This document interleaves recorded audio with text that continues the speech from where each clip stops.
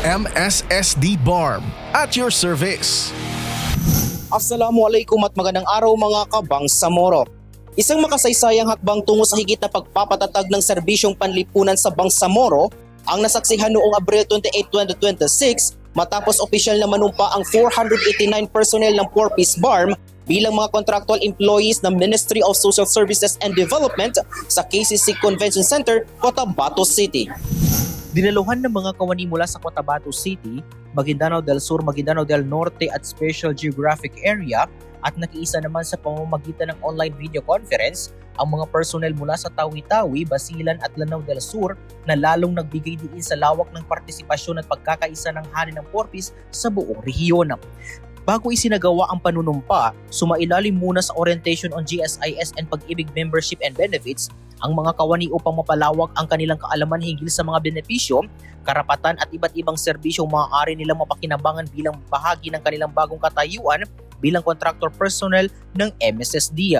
Ang inisyatibong ito ay bahagi ng patuloy na adhikain ng MSSD na kilalanin ang mahalagang ambag ng mga kawani ng 4-piece sa pamamagitan ng pagbibigay ng mas matatag na job security, karampatang benepisyo at mas malinaw na landas sa kanilang profesional na paglilingkod habang tinitiyak ang tuloy-tuloy at dekalidad na serbisyo para sa mga benepisyaryo ng programa sa rehiyon. Sa kanyang mensahe, binigyan din ni MSSD Minister Attorney Raisa H. Jayuri ang mahalagang papel ng bawat kawani sa pagpapatupad ng programa. Ayon sa kanya, ang pagpasok ng mga kawani ng 4-piece BARM ay hindi lamang isang trabaho, bagkus ito ay isang tungkulin ng mas matatag at tapat na paglilingkod. Binigyan din ni Bangsamoro Director General Attorney Muhammad Muqtadir Ahmad Estrella na ang tagumpay na ito ay bunga ng maraming taong sakripisyo, dedikasyon at tapat na paglilingkod ng mga 4-piece frontliners sa kanilang mga komunidad. Samantala, ibinahagi naman ni Lea Salik, isang dating municipal link na ngayon ay isa ng Social Welfare Officer 3, ang kanyang pasasalamat sa makasaysayang pagkakataong ito. Ako po ay 17 years na po at mag-18 years na sa programang Pantawi Pamilya Program.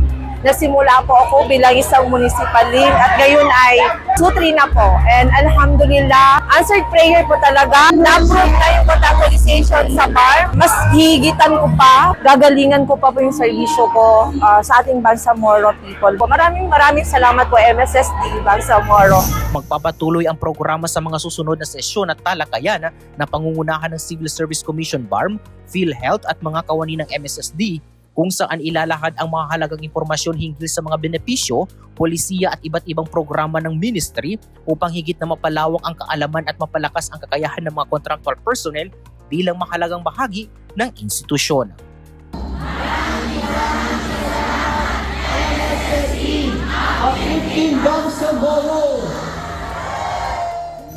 At yan ang ating update mula sa KCC Convention Center, Cotabato City sa ngalan ng 4-piece BARM Social Marketing Unit. Ako po, si Muhammad Faris Usman Yunos ng Bangsamoro Muna, MSSD at your service.